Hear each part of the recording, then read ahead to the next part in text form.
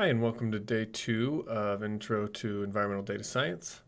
Today we're going to go over GitHub project organization. And we're mostly just going to follow the advice of Jenny Bryan, who's a fantastic R community member who has contributed a lot to people using Git. So first we're going to open this Happy Git with R, and we're going to I really encourage you to read the whole website, but we're going to skip ahead to register a GitHub account. And to do that, we're just going to go to github.com. And you should be confronted with this site. Jenny does a really good job explaining why you should use a sensible username. I already have a username that I use a lot, but I'm going to make a new one called Matt Ross Testing. So this is just going to be just my testing account for this class, and I'm going to use a new email, and I'll make up a password.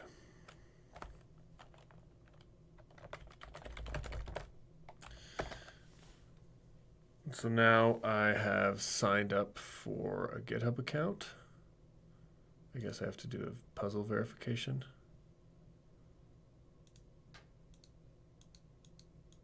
Huh, this is a new one for me. Oh, there's the donkey.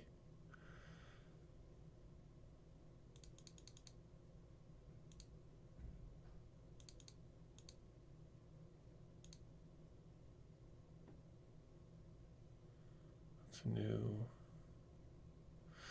So you can register for free for now.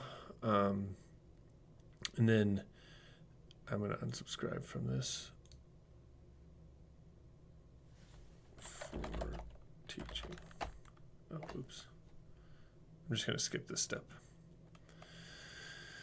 So now we need to log in to your email to verify your GitHub account. I'll do that off screen.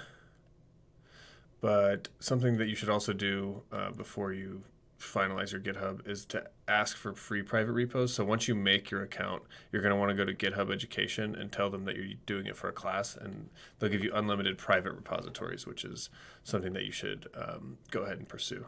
I'm going to verify my GitHub account, and then we'll move on. Okay, now that I've verified my account, I can go to github.com / and then my account name, which was Matt Ross Testing. And here is the sort of typical GitHub. If you're going to use GitHub a lot, I encourage you to put a picture. It just helps people know that they're collaborating with the right person. But here you're going to have overview, repositories, which is where projects live, and then project stars and other things that you'll figure out throughout the semester.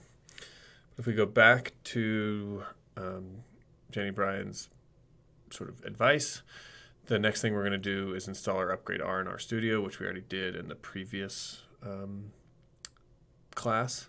So we can go ahead and skip ahead to the install Git. So you want to just first make sure that Git is not already installed, and you can do that on a Windows computer by typing in terminal or command prompt.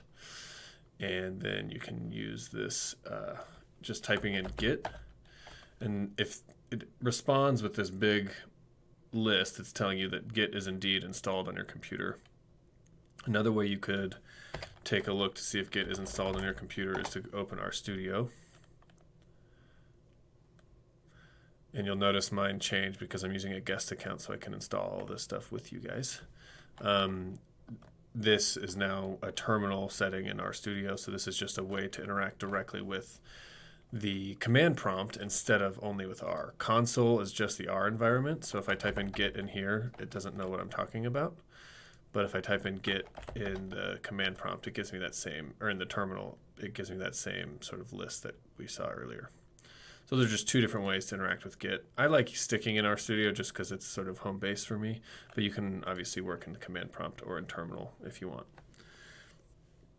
If you don't have Git installed when you do those things, she has really clear instructions for how to do it on Windows, Mac, and Linux here. But it is already installed on my computer, so we won't do that. And then here's a section to configure your GitHub account. And so what you're going to want to do here is I always like working with this sort of split screen. And what I can do is look on the right over here at what Jenny is suggesting we do. And so what she's saying we need to do is make sure that our local Git computer, our local Git process can speak to our GitHub account. So we're going to go ahead and follow the instructions here. Git config, and then my global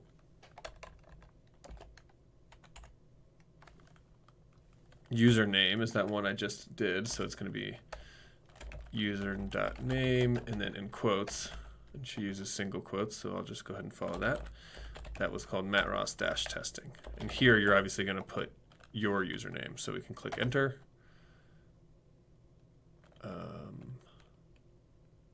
Oh, I deleted global for some reason. So that's a good little error to see what went wrong. Global user.name Matt Ross testing. Okay, so that's just registering that I did do that. So now we'll start with the next one.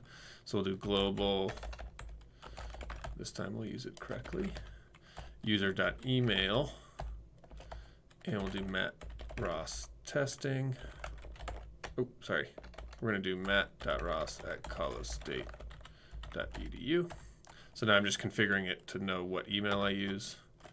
And then now we can use this command called global list, and that's just going to tell us what does the local Git think it's affiliated with. So here it's affiliated with Matt Ross testing. That's my GitHub account name, and my email is matt.ross@colostate.edu. So this is properly configured now. This is another way to do it. I encourage you to do it just in the shell, but if you wanted, you could do it with this other package directly in R. And then here, Jenny Bryan encourages you to install a Git client. For the most part, I have used the GitHub client. Jenny does not like this one. I'm actually not going to install one here. We're just going to directly use it in RStudio. But this is a useful place, a useful thing to do, because when you install this, it actually gives you a way for your Git and GitHub accounts to directly talk to each other. So you can go ahead and try this with the GitHub client or any of these. Again, I've only ever used the GitHub client. Okay, so now that we have Git and GitHub installed, we're going to go to the Can You Hear Me Now section. And so we want to make sure here what we're trying to do is connect our local Git to GitHub. And the way we do that is we follow Jenny's directions, like always. So here she says, make a repo on GitHub. Okay, so I want to make a repo. And how do I do that? Well, I go over to repositories, and I can click new. And I'll just call this testing 1. It can be public for now. This is just a test. I'm just giving it a description. You should always use a useful description, even if it's just like homework 1 or homework 3 or project. Usually you're going to be doing projects in this. And then we're going to initialize this repository with a README.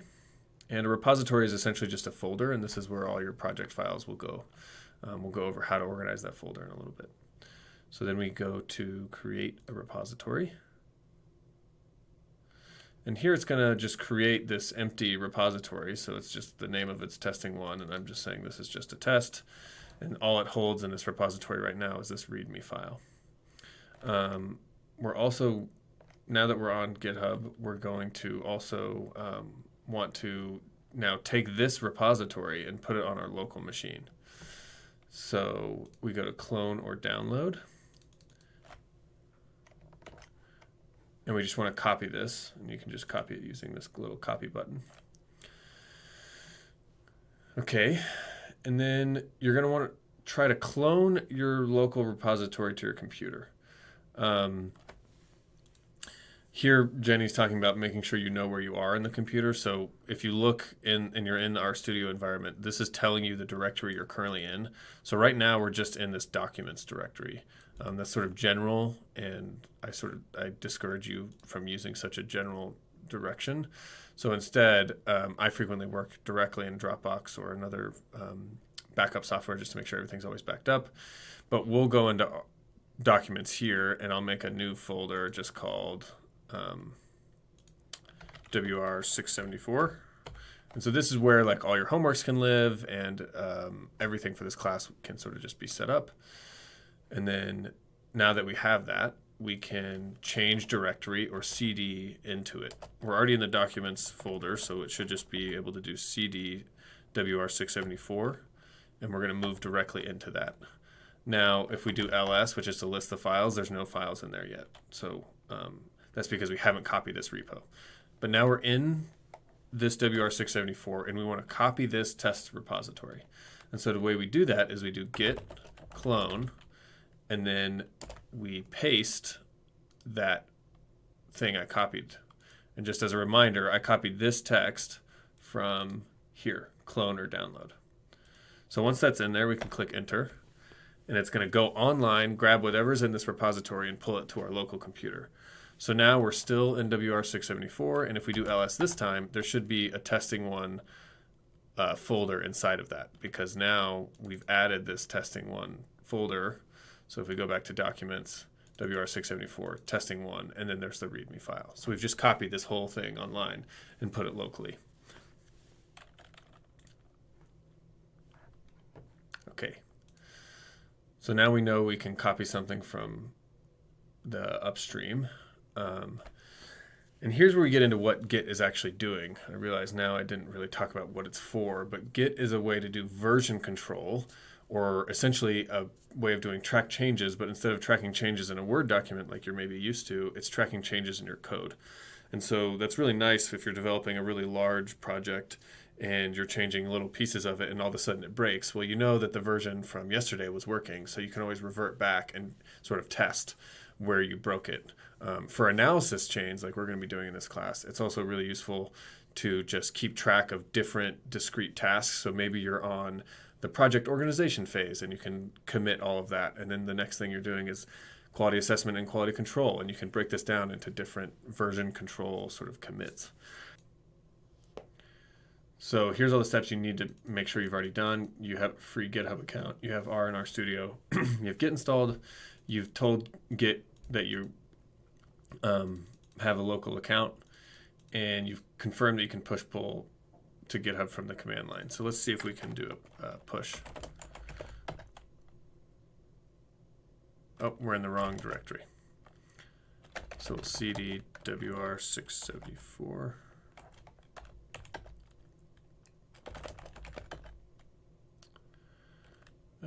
Maybe we need to do one more cd into testing one.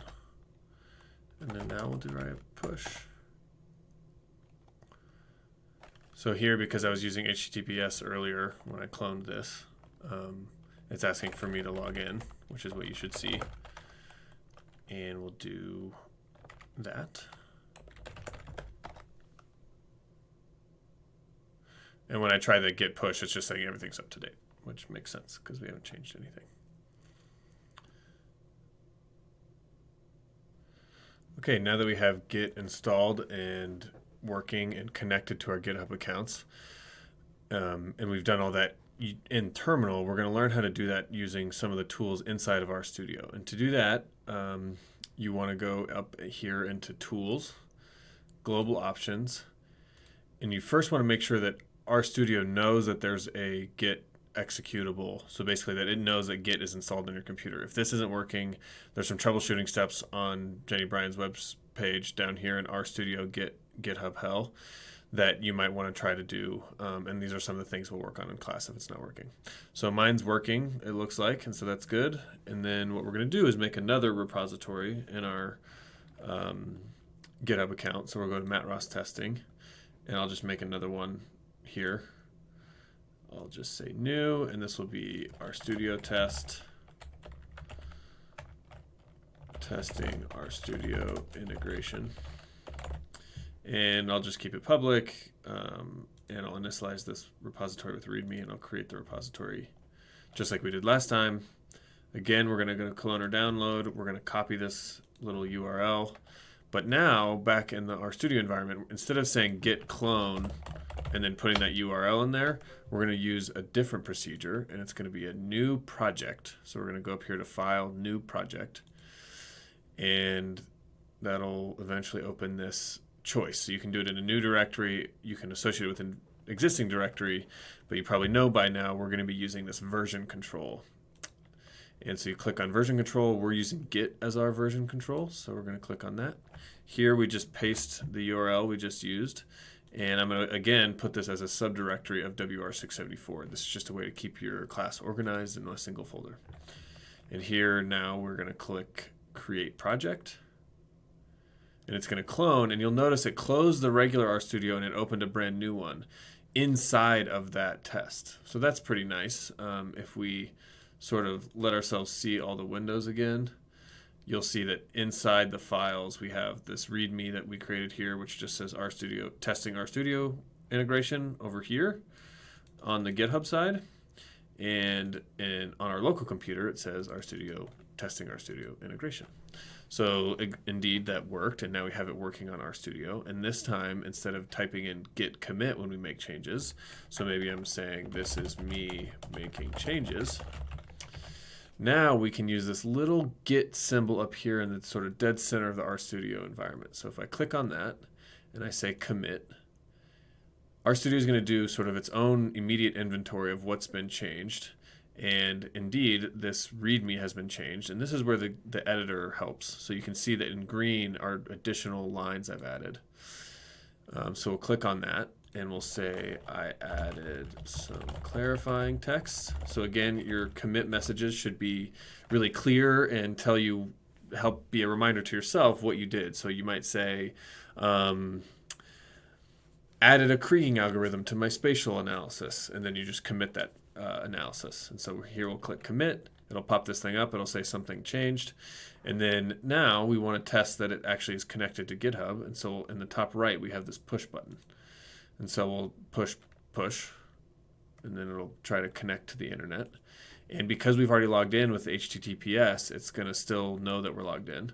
And so we can now click close. We can close out of this. And on our GitHub page, if I reload it, now those changes have loaded on their own as well. So this is sort of the main point that I want to get to in class, before class, and we'll troubleshoot this a little bit in class. And then during class, I'll show you how to sort of do assignments and talk more generally about how GitHub works. But if you get to this point and everything's working, that's great. And if you have any trouble, this guide is pretty phenomenal, and it should basically explain any possible error that you might get. So I will see you Thursday.